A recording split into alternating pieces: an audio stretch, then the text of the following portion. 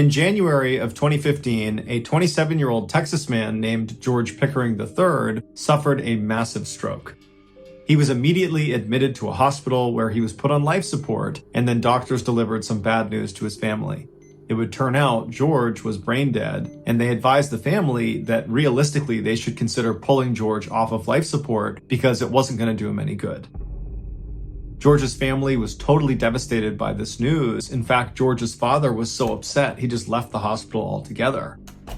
And so in his father's absence, George's mother and brother wound up talking to doctors and saying that yes, we are prepared to pull George off of life support.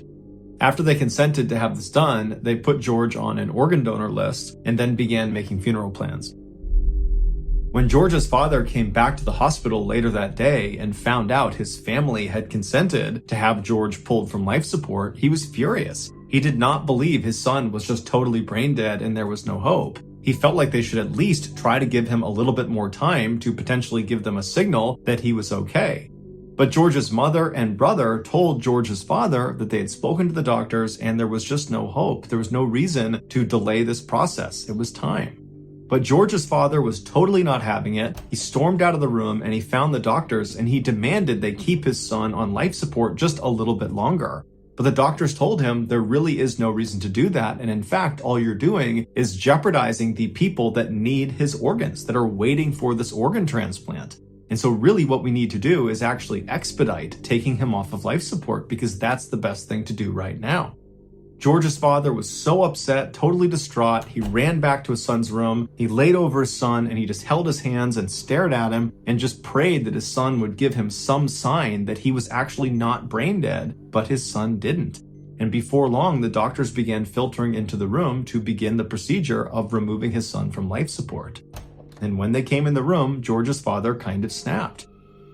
He ran out of the room, he ran out of the hospital, he went out to his car and he got his gun and then ran back into the hospital, back into his son's room and aimed the gun at the doctors and ordered them to stop what they were doing and leave the room immediately.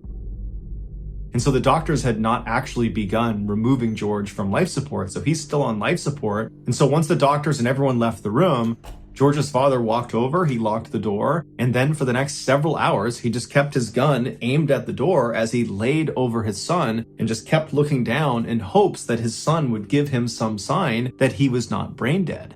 And so finally, when the SWAT team arrived and was stacking up outside the door in the hallway, they began yelling into the room for George's father to put the gun down and let them come in. And George's father the whole time is just looking down at his son, hoping and praying that his son is just going to do something. And right as the SWAT team kicks in the door and comes into the room, George's father had reached down and grabbed his son's hand, and his son squeezed his hand back. And as soon as his father felt that, he dropped the gun and he surrendered peacefully to the SWAT team. And then the SWAT team put George's father on the ground. And as he's being detained, George's father is yelling for the doctors to come in the room. My son is okay. And sure enough, when the doctors came in the room, George was okay. He was moving his hand, his eyes were open, he was making good eye contact. And before long, he made a totally full recovery. He would later be told that had his father not stepped in when he did and bought him those extra few hours on life support, George would have died. As for George's father, he was ultimately sentenced to 10 months in prison for his aggravated assault with a deadly weapon, but he and the rest of his family think what he did was certainly worth going to prison for.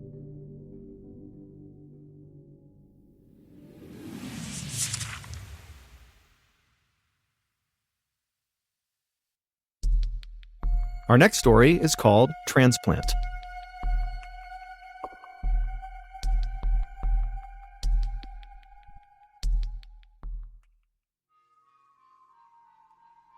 When Conrad Rowland was a little kid, he was always on the go. One time when he was at the grocery store with his mother, he leapt out of the cart and ran away from her, and she found him stuck inside of a freezer. After that incident, she literally made him wear bells on his shoes when they were out in public so she didn't lose track of him. But by the time Conrad was just 4 years old, he had discovered athletics. And instead of putting his energy into running away from his mom, he focused it exclusively on baseball, basketball, soccer, and tennis. And by the time he was 11 years old, he was an exceptional all-around athlete. And at the time, his school announced they were going to have this special guest speaker at an assembly, and it turned out to be the Hall of Fame baseball player Rod Carew. and Conrad was just blown away. He just could not believe he was in the presence of an actual professional athlete, let alone a guy that had achieved the success Rod Carew had. And so after this assembly, when he got home, it was all Conrad could talk about, was just how incredible Mr. Carew was and how he, Conrad, was gonna be a professional athlete just like Mr. Carew. For many kids, this would just be a phase. They'd be really invested in sports, and then their interest would go somewhere else, and they'd kind of forget about it, and it would not be their life calling anymore. But for Conrad, the impression Rod Carew left on him was so profound that he never wavered. He really did dedicate himself to becoming a professional athlete, and he would be successful. Albeit in a different sport, he became a professional football player in the NFL. And in 2012, Conrad started nearly every game for the New York Jets at tight end. It was like his professional career was going off without a hitch. But in 2013, he injured his knee, which sidelined him for about 2 years. And even though he diligently rehabbed and got back to full strength, the teams were not really ready to take a flyer on him because they were worried his knee would just give out again. He continued to train extremely hard in hopes of landing another contract, but his playing career was starting to look bleak. During the 2016 offseason, Conrad was back home in California visiting his family. One night, as his mother, Mary, was making dinner, Conrad was sitting at the table filling out his driver's license renewal form. And when he got to the section where it asked him if he wanted to be an organ donor, he stopped and he asked his mother, are you an organ donor? And she would say, yeah, I am. And so Conrad said, okay, then I will be too. And he checked the box. And Mary remembers thinking, gosh, I really hope it never comes to that. A few months later, Conrad was working out in a local gym getting ready for the next season when he developed a sudden and severely painful headache. He tried to keep working out, but he just could not do it, so he stepped aside and he called his mom and he told her that he felt this weird click in his head and then he felt this blinding pain behind his left eye. His mother told him he needed to go to the hospital right away. And so that day, Conrad went over to the UCLA Medical Center where they quickly diagnosed him with a brain aneurysm. A brain aneurysm is the bulging or ballooning of a blood vessel in the brain. If the aneurysm bursts, it's fatal about 50% of the time. And for the people who survive a ruptured aneurysm, most likely they will suffer from significant neurological deficits. After his diagnosis, Conrad remained positive and assured his family he was going to kick this thing's butt. But on December 12th, just 4 days after he was admitted, Conrad's aneurysm burst and he never regained consciousness. Because Conrad was an organ donor, the doctors kept his body on life support and they called the recipients at the top of the donor lists. One of them was a man in his 70s who a year earlier had suffered a massive heart attack and desperately needed a new heart. When he and his wife got the call, they were shaking. They couldn't believe it. His life was about to be saved. They already lived right near Los Angeles, so they hopped in their car and they sped to the UCLA Medical Center, and shortly thereafter, news out of the operating room was the transplant had been a success. The man Conrad's heart had just saved was none other than Baseball Hall of Famer Rod Carew, Conrad's childhood hero that had pushed him to become a professional athlete. At first, the families had no idea, but eventually this incredible link was discovered and immediately the two families bonded. Today, because Conrad's family only lives 12 miles away from Rod Carew and his family, Conrad's mother was given a standing invitation by the Carews to stop by anytime she wanted to listen to her son's heart.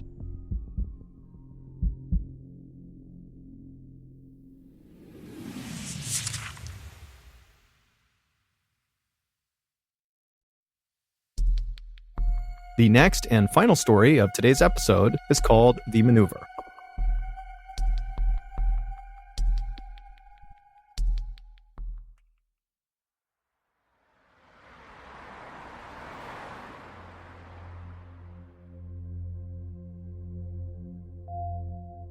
On the morning of August 1st, 2009, 44-year-old skydiving instructor David Hartsock pulled into the parking lot of Skydive Houston in Texas and then made his way inside.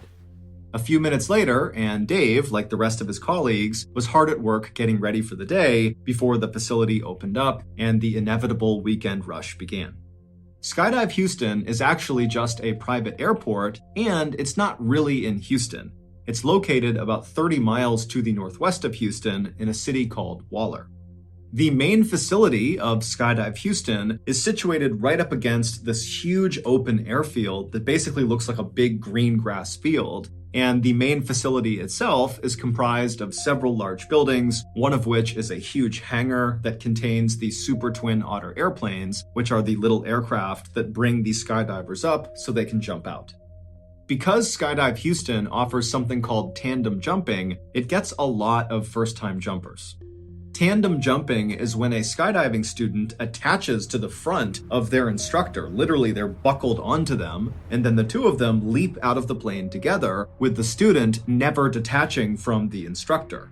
This method allows the student to just kind of go along for the ride and have no responsibility, while the instructor who's attached to them does everything. They make sure they're both stable in the air, they're the ones that pull the ripcord to deploy the chute, they're the ones that land them safely on the ground. And so obviously, tandem jumping really appeals to first-time jumpers. Dave had finished his 3-year-long training course to become a certified skydiving instructor just a few months earlier. But even prior to going through this course, Dave was already a very experienced skydiver with over 800 jumps to his credit. And the reason he had so many jumps is because Dave loved skydiving. It had given his life a focus that really nothing else ever had. Dave had always been a kind of average guy. He lived in a very modest house in a suburb of Houston, and for much of his life, he had worked very normal blue-collar jobs, like he had been a cook at 2 different chain restaurants, he had managed a grocery store, and he also had worked at a soda bottling plant. Dave was divorced and had no kids, but he had a really good group of friends who liked to go to bars and go bowling and play darts. And while Dave was never really unhappy with the way his life was going, as he started to creep into his 40s, he couldn't help but think, I haven't really done anything big or important in my life. And so, in 2004, not long after Dave got divorced, one of his good friends asked him if he wanted to go skydiving with him to celebrate that friend's 40th birthday. And Dave immediately thought to himself, this is it. This is a chance to do something big with my life. And so he told the friend, yes, I'd love to go. And after that first jump that Dave did with his friend, Dave was hooked.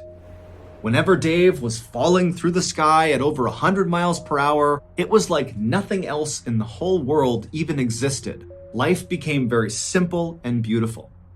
The manager at Skydive Houston saw Dave come in every weekend for years to do all these jumps, and finally, he just offered Dave a job.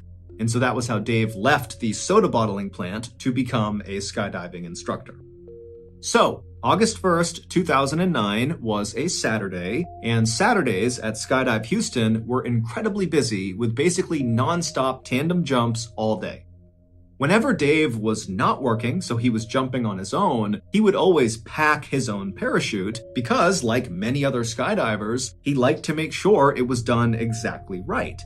But when Dave was working, especially on Saturdays when it was so crazy busy, he didn't have time to pack and repack his parachute after every single jump because he was constantly being sent up again and again and again to take another student. And so instead, he would take one of the pre-packed parachutes that were left out for instructors inside of their clubhouse.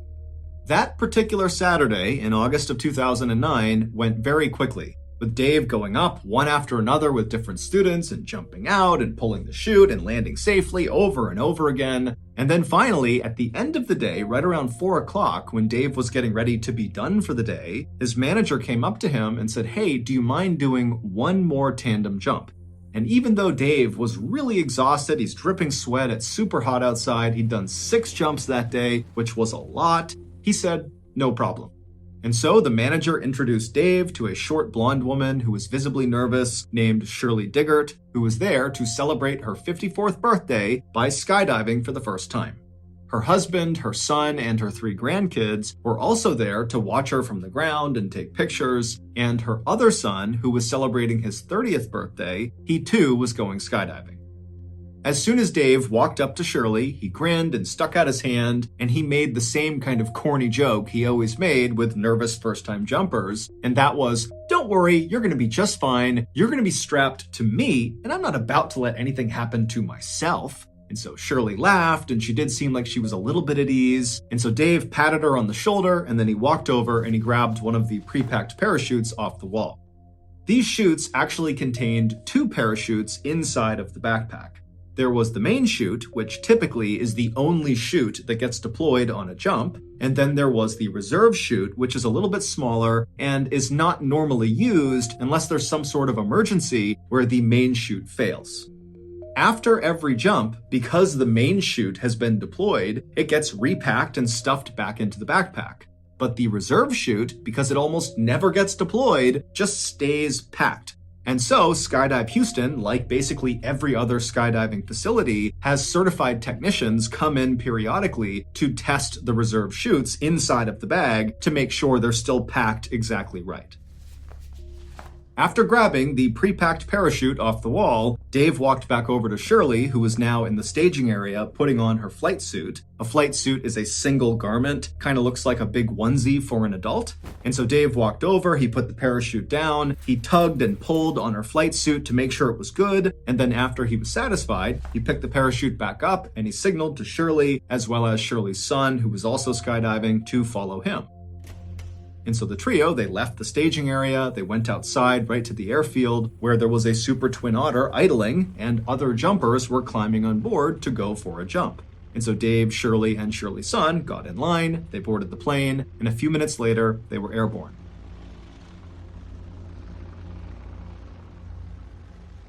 As the plane slowly climbed up to 13,500 feet, which is the jumping altitude, Shirley was sitting directly in front of Dave. They were on a bench seat on the back right of this little airplane, and Dave made a point of talking to Shirley and asking her where she was from and what she did to kind of ease her nerves. Shirley would tell Dave that this was not the kind of thing that she typically did.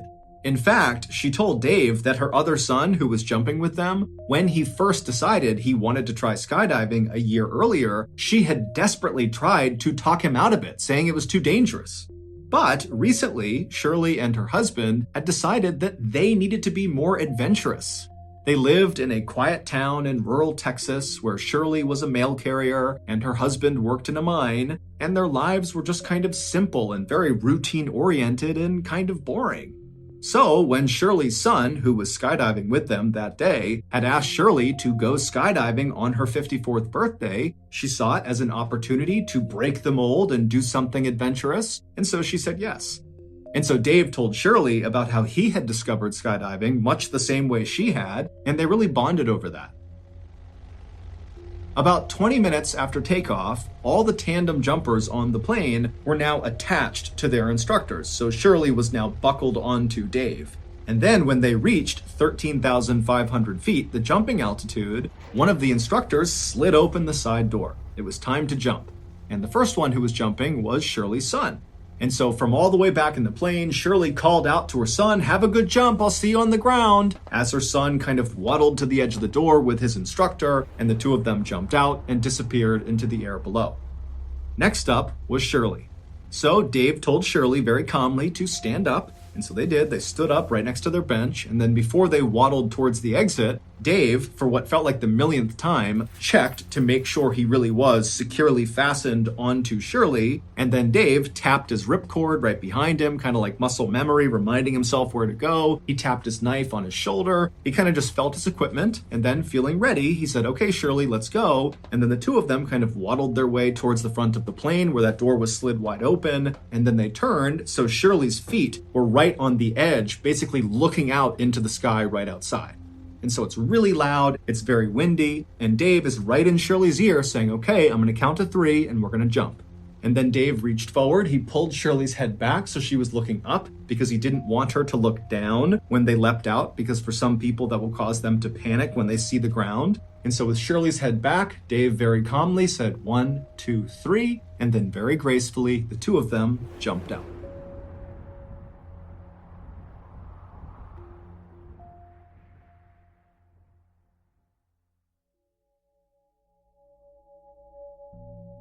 From the moment you jump out of a plane at 13,500 feet until you touch the ground, it takes maybe 2 to 3 minutes with about 30 seconds to a minute of actual freefall. But that 2 to 3 minutes is so intense, it feels like it's 20 minutes long.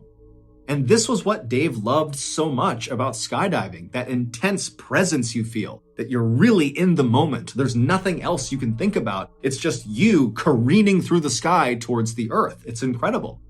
Dave had actually had a number of close calls in his life. Like a few years earlier, he had been riding his motorcycle when somebody hit him in their car and he fractured his skull. And then not long after that accident, he was in another accident where he fractured his spine. And after each of those two accidents and a few others, the only thought in Dave's mind was, oh my goodness, I hope I can skydive again. And miraculously, he had been. He had made full recoveries and he was back to skydiving each time. And so now, whenever he jumped out of a plane, he just felt so lucky.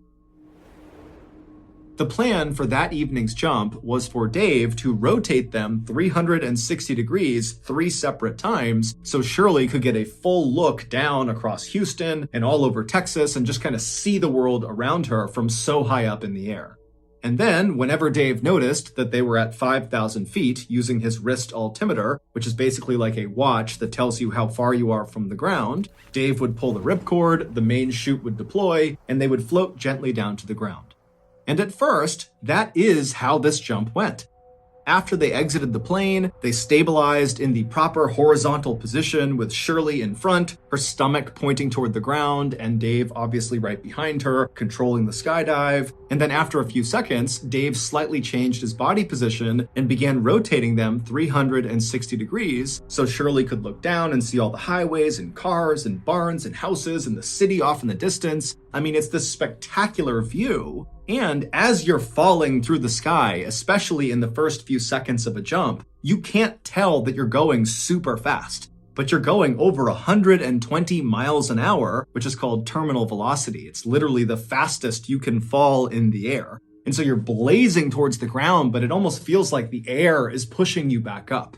And so Shirley's having this incredible first-time experience, just really taking it all in. And Dave, even though he had done this hundreds of times, was having a wonderful time as well. But Dave really was just focused on his altimeter, because when they hit 5,000 feet, he needed to pull the parachute. And so they're cruising along, Dave's checking his altimeter over and over again, and then finally he sees 5,000 feet, he quickly looks around him to scan for any other jumpers, he's clear, and so he reached back and he pulled his ripcord handle for his main chute. Now, normally, when you deploy your main parachute, depending on what kind of parachute you're using, there's actually kind of a slow unfurling. It's not like suddenly the chute is deployed and then you just stop. That would not work. You'd get destroyed every time you skydive. So the way it's packed is it kind of unfurls slowly, and it's like a gradual slowing down. But after Dave has pulled the ripcord handle, there was an immediate yank of the parachute backpack up and away from him, and then from somewhere above him, he heard a loud popping sound. Now, Dave had jumped enough times to know that this was not normal. There was a problem, and he would be right. The main parachute had deployed out of the backpack, but it got tangled on the way out, and so it did not inflate at all, and so as a result, it was not slowing them down at all. But worse than that was this tangled up parachute was still attached to them, and it kind of became like a sail. And it turned Dave and Shirley onto their sides and began whipping them around in something called a death spiral, where literally you're just spinning so unbelievably fast that normally jumpers will actually lose consciousness. They're spinning so fast. But Dave, being a very experienced skydiver, he tried to stay calm. He tried to track his way out of this death spiral, which is when you put your arms and legs straight and try to go in a straight line through the air. But it didn't work. He just kept on spinning faster and faster. And at this point, Shirley, she's practically losing consciousness. She's yelling what's going on. And Dave is just trying to stay calm. He's still trying to get out of it, but he knows there's no way. But Dave remembers he has 2 knives. And so he decides he's going to cut away this tangled main chute and then deploy his reserve chute, because you don't want to open your reserve directly into a tangled parachute. And so he reaches up, he's spinning, remember, he reaches up and he grabs the first knife. However, the lines of the tangled parachute had actually tangled on his shoulder strap where that first knife was. And so he literally couldn't get to the knife. And so now they're below 5,000 feet. They're at like 4,000, closing in on 3,000 feet. I mean, they're coming close to the ground here, and they don't have a canopy. But Dave, he stays calm. They're spinning around. He can't get that first knife. And so he reaches for the second knife, which was placed in front of Shirley. But because of how quickly they were spinning, he couldn't quite get his arm out to grab the second knife. It was just impossible to grab it. And so without any other options, Dave had to pull his reserve chute, knowing it was going to go straight into this tangled mess right above them. And so the reserve chute, it deploys, and it does work, at least at first. There's that gradual slowing down sensation that Dave immediately feels. Their spin begins to stop. And for a second, it seems like they're going to be saved by this reserve chute, because by now they're only about 2,000 feet from the ground. However, the worst case scenario happens to Dave and Shirley.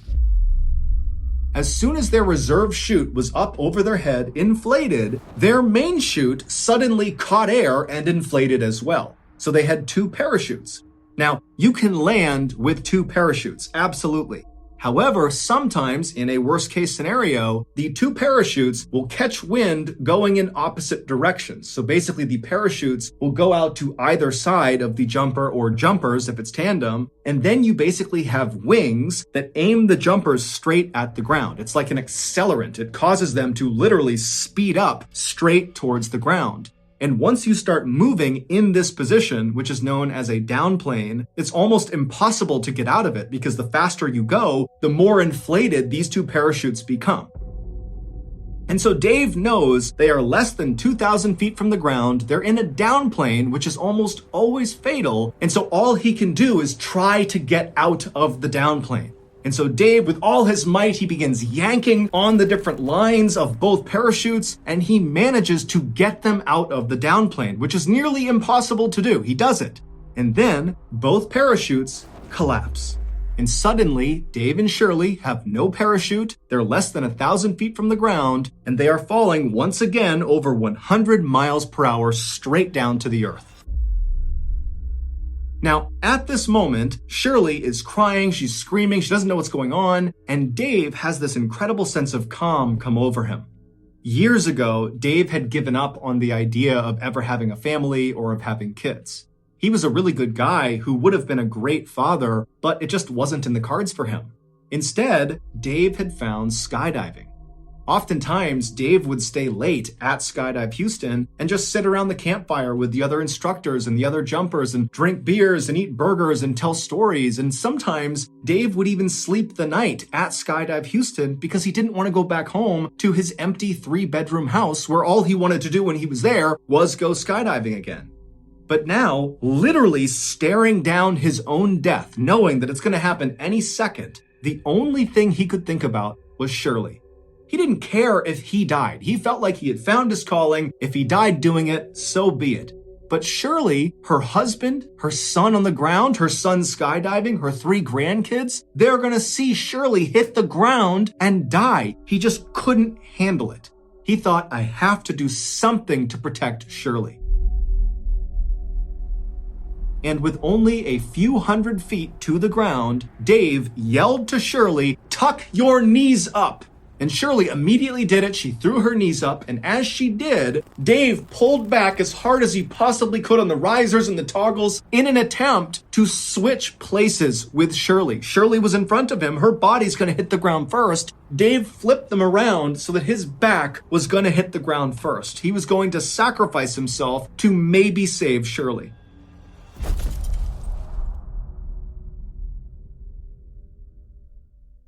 When they hit the ground, people a quarter mile away heard their impact. And when they hit the ground, all of Shirley's family saw it. Everybody saw it. They went running over to the crash site. And when they got there, there was this tangle of bodies and this parachute. And as they're staring at it, they watched one of the bodies move. It was Shirley. She was alive.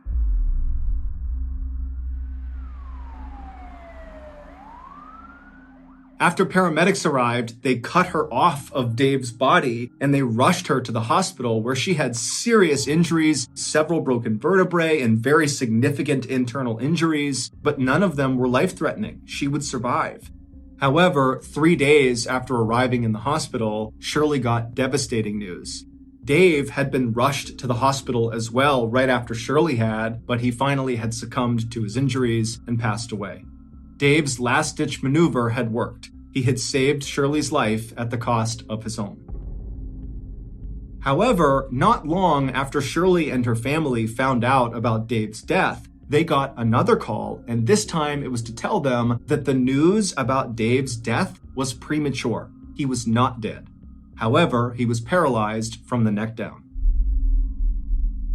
A few weeks later, after Shirley got out of the hospital, she immediately went to the intensive care unit where Dave was being treated to see him for the first time since their accident. And when she saw him, he was sitting in a wheelchair covered in tubes and wires, and she just stood there looking at him. And Dave, when he saw Shirley, he just started to cry. At this point, Shirley walked up to him, she gave him a hug, and she said, "I love you." Today, Dave and Shirley are still friends. Shirley has recovered completely because of Dave's heroic act. Dave, on the other hand, remains paralyzed and only has a little bit of feeling in his right arm. He now lives in Texas with his mother, who looks after him full-time, and they desperately need our support. My family has already made a donation to his GoFundMe page, and I hope some of you will do the same thing. You can find his GoFundMe page in the description below, and after speaking with him, he assured me that all of the donation money is being used to take care of himself. He has a lot of care that he needs, his mom can't do it alone, and so anything we give them is just making his life a little bit easier.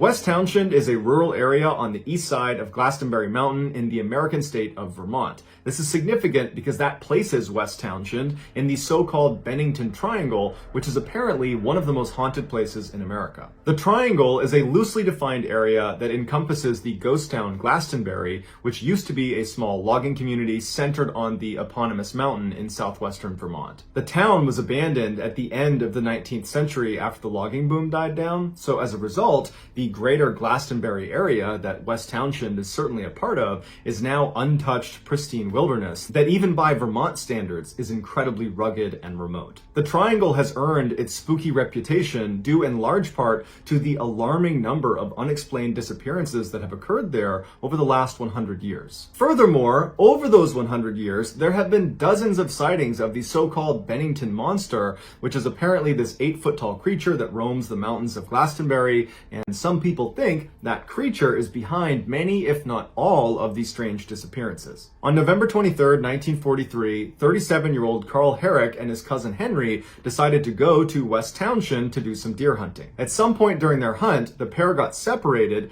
and Henry spent some time yelling for Carl and looking around for him, but he couldn't find him, and so he assumed he must have gone back to their camp. But when Henry got back to camp, it was empty, and Henry waited around for a little while for Carl, but he had this sinking feeling that something was wrong, and so relatively quickly, he left to get police. Police show up, they launch this search. For 3 days, they combed the entire area, and there was just not a sign of Carl anywhere. On the third day, Henry discovered Carl's body. He was lying motionless, face down in a clearing in the woods. Initially, Henry thought maybe he was still alive, so he ran over to him and rolled him over, and very quickly realized that no, Carl was deceased. However, there weren't any obvious injuries to Carl's body. He had some minor scratching on his arms and on his hands, but that was about it. Henry looked around the area and he found Carl's rifle that was loaded leaning up against a tree 70 feet away from where Carl was. Next to his rifle on the ground was an expended shell casing. Also, around Carl's body were apparently huge bear tracks. The official cause of death was baffling.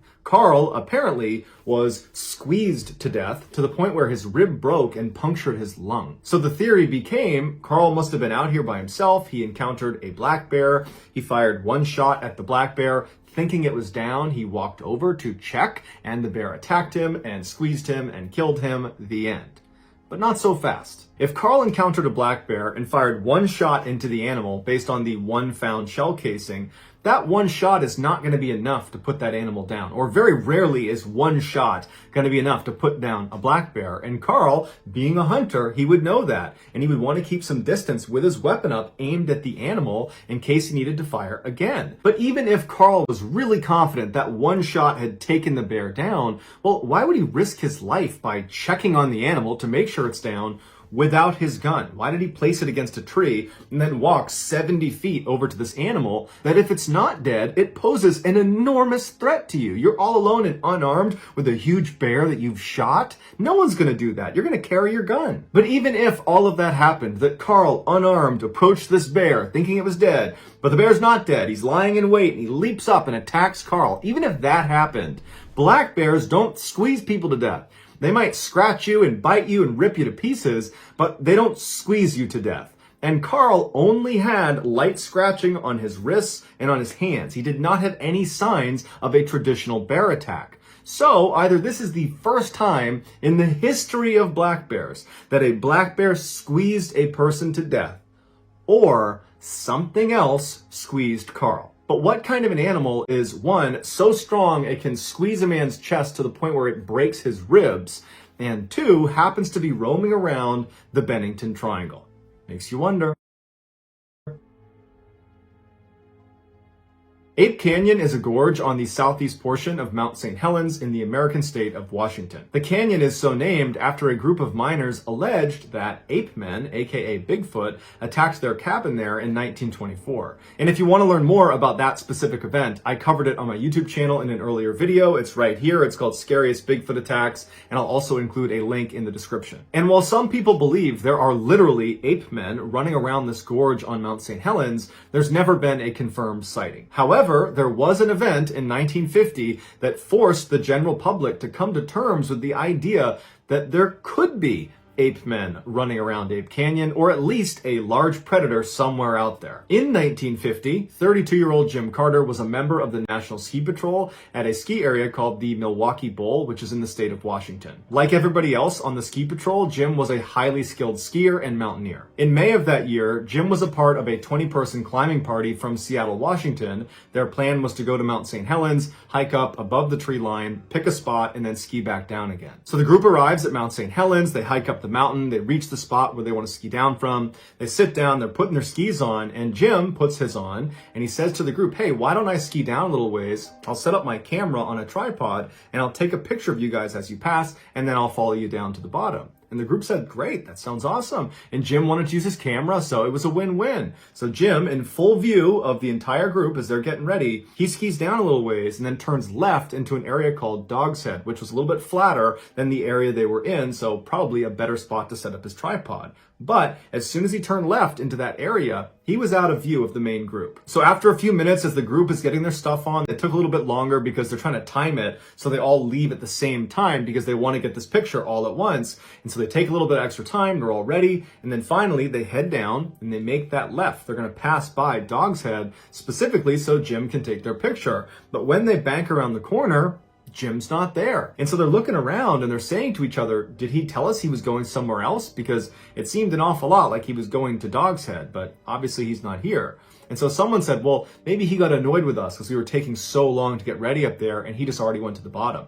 And so they agreed that's what he did. And so they got back together again and they headed down to the bottom. But when they got to the bottom, Jim wasn't there. And so they sat there for a few extra minutes looking up at the mountain, and they're kind of scanning down at the bottom and they're looking all over the place, but there's no sign of Jim. And so the group started to get really worried and they contacted authorities. When the first search team arrived, they went up to the area where the group thought Jim had been setting up at Dog's Head. And as they were looking around, all they could find was this discarded film box. So not any film or camera inside, just a box that would have held the film. It was kind of buried in the snow. Near this film box, they found Jim Carter's ski tracks, and they were not angled south towards the bottom of the mountain where the whole ski group had gone. They were angled east towards Ape Canyon. And they followed Jim's tracks, and they said they never deviated. They were total straight lines, like he was not trying to slow down. In fact, he was trying to go as fast as he possibly could.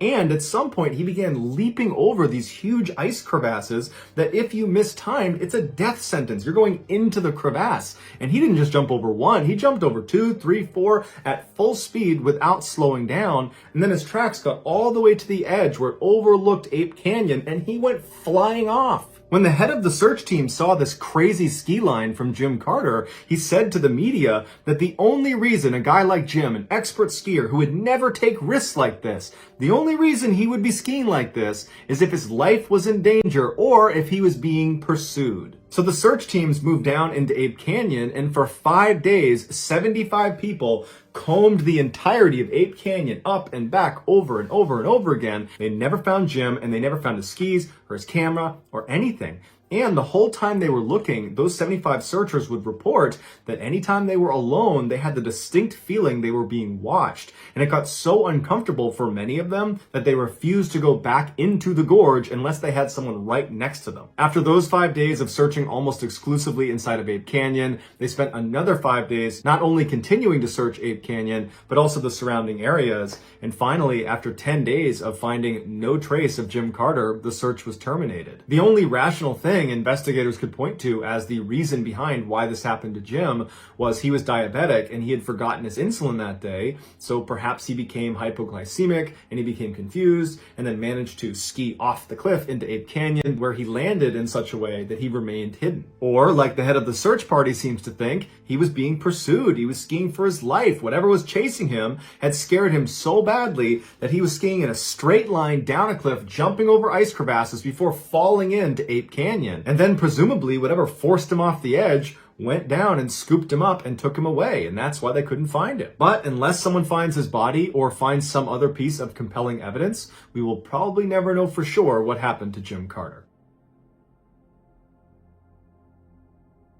Somewhere out in the Sierra Nevada mountain range lies a small hunting camp that's been there since the 1950s. Despite its fame, only a handful of people know exactly where this camp is. But even if you were given explicit directions on how to get there, you might just walk past it because it's tucked away in the middle of the woods up on this mountain. It's just a small fire pit, a couple of logs around it, another log set up for cutting wood, and there's some paths that have been beaten down over the years from its occupants, but it's pretty much unremarkable. According to camp members, the fastest way to get to the site is by horseback, and it's approximately 8 miles, and it's through very rugged terrain on this mountain, and it includes a 4,000-foot elevation gain. However, this 8-mile trail is not marked, and every year it changes slightly because trees will fall along the way, changing the topography. Ron Moorhead, who's one of the 4 original camp members, laments the fact that anybody knows anything about this campsite. He wishes they could have kept it a secret, but he knew that wasn't an option after what they discovered there in late 1971. In early 1971, Ron was a young man and he was invited out for the first time to the Sierra camp by the 3 founding members. When Ron got there, he fell in love. It was this beautiful, natural, pristine wilderness that overlooked this amazing valley, and they're surrounded by these huge white fir trees. There's a freshwater stream that trickled by, and in terms of hunting, the deer were plentiful. Ron said this campsite was the closest to heaven he thinks he'll ever get. The only real drawback of the site was the large bear population, but they always had guns on them, and they built this shelter out of heavy fallen timbers that they could go inside, shut the door, and they'd be protected from the bears until they left. When there wasn't a bear threat, they slept on the ground in tents. In late 1971, Ron came back to the camp with the other 3 founding members. They'd had a great day of hunting, and they were standing around the campfire just chatting with each other when they started hearing a grunting sound not far away from them in the forest. Now, typically, whenever a bear came to their campsite, it was usually at night, and they would hear it grunting somewhere off in the forest.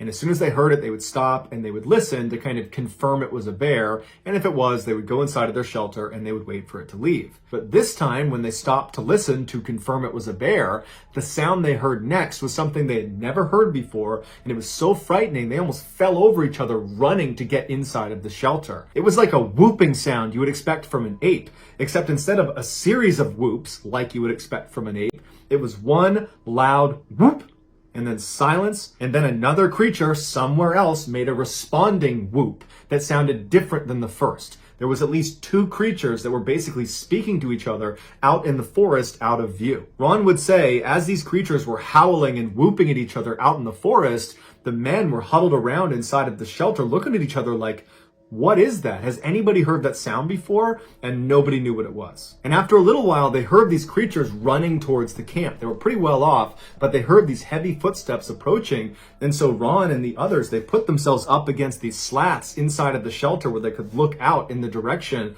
where these creatures were, and they're staring out just past the light of their campfire into the dark forest, and they hear these things running, and they stop. They don't come into the clearing. It's like they're just outside of where they could see. And then their tone completely changes. These creatures, which are now one on one side of the camp and one on the other, begin speaking to each other in a language that almost sounds human, but it was nonsensical. It sounded like an imitation of a human language, but not human. And so Ron and the others are terrified, and they're just staring through the slats, waiting to see this creature that's going to emerge at some point, but it never does. Instead, the creatures continue to stay outside of the light, and they move around behind their shelter out of view. And so Ron and the others move to the very middle of their shelter to get as far away from the walls as they can, because there are breaks in the walls, and they're worried one of these things is going to reach through and grab them. But finally, after hours of these creatures running around the perimeter of their camp, communicating in this totally otherworldly language,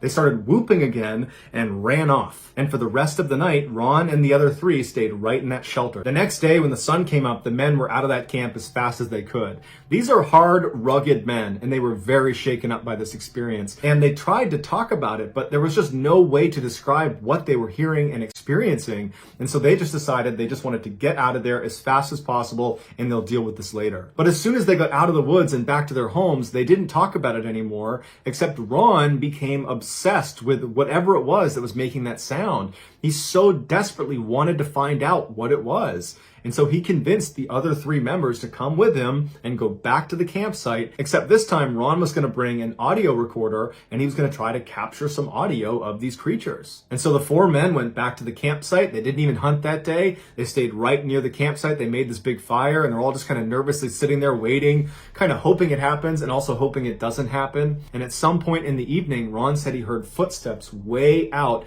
in the middle of the forest, and they sounded like they were running towards the camp. The four men sprint inside the shelter, lock it behind them, and Ron turns on the audio recorder. Now, before you listen to this famous recording, here are its bona fides. After being recorded, Ron sent it to Dr. R. Lynn Curlin, who is a professor of electrical engineering at the University of Wyoming, and he and his team analyzed it, and they concluded that 1, it was unaltered, so it's not been edited, it's not been doctored in any way, it's an authentic audio recording. And 2, whatever was making the sounds could not have been a man, because their vocal range was dramatically higher and lower than that of a human's. The doctor said, based on average pitch and tract length, the creature that was making the sound most likely was between 7'3" and 8 feet tall. In addition to the Dr. Curlin examination, a cryptolinguist expert named Scott Nelson also pointed out that it would have been nearly impossible in 1971 for Ron or any of the other hunters to dub the sound of their voices, which are on the recording, over the sounds that these creatures were making. Because a couple times in the recording, you hear both sets of voices happening at once. That's something you couldn't have done in 1971. Despite numerous attempts to debunk this recording, it still stands as a legitimate, unedited recording. Although what they were recording is still a mystery. Have a listen.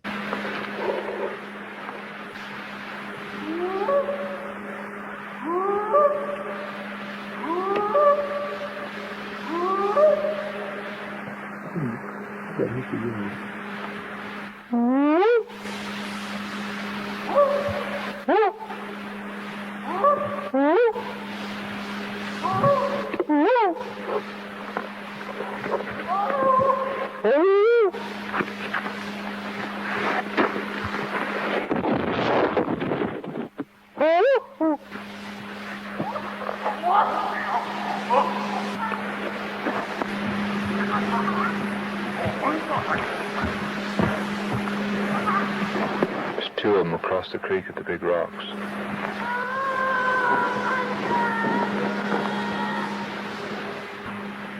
It's a hard act to follow.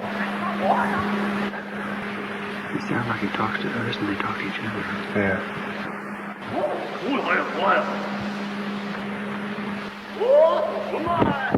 Right there, I just seen movement right through there.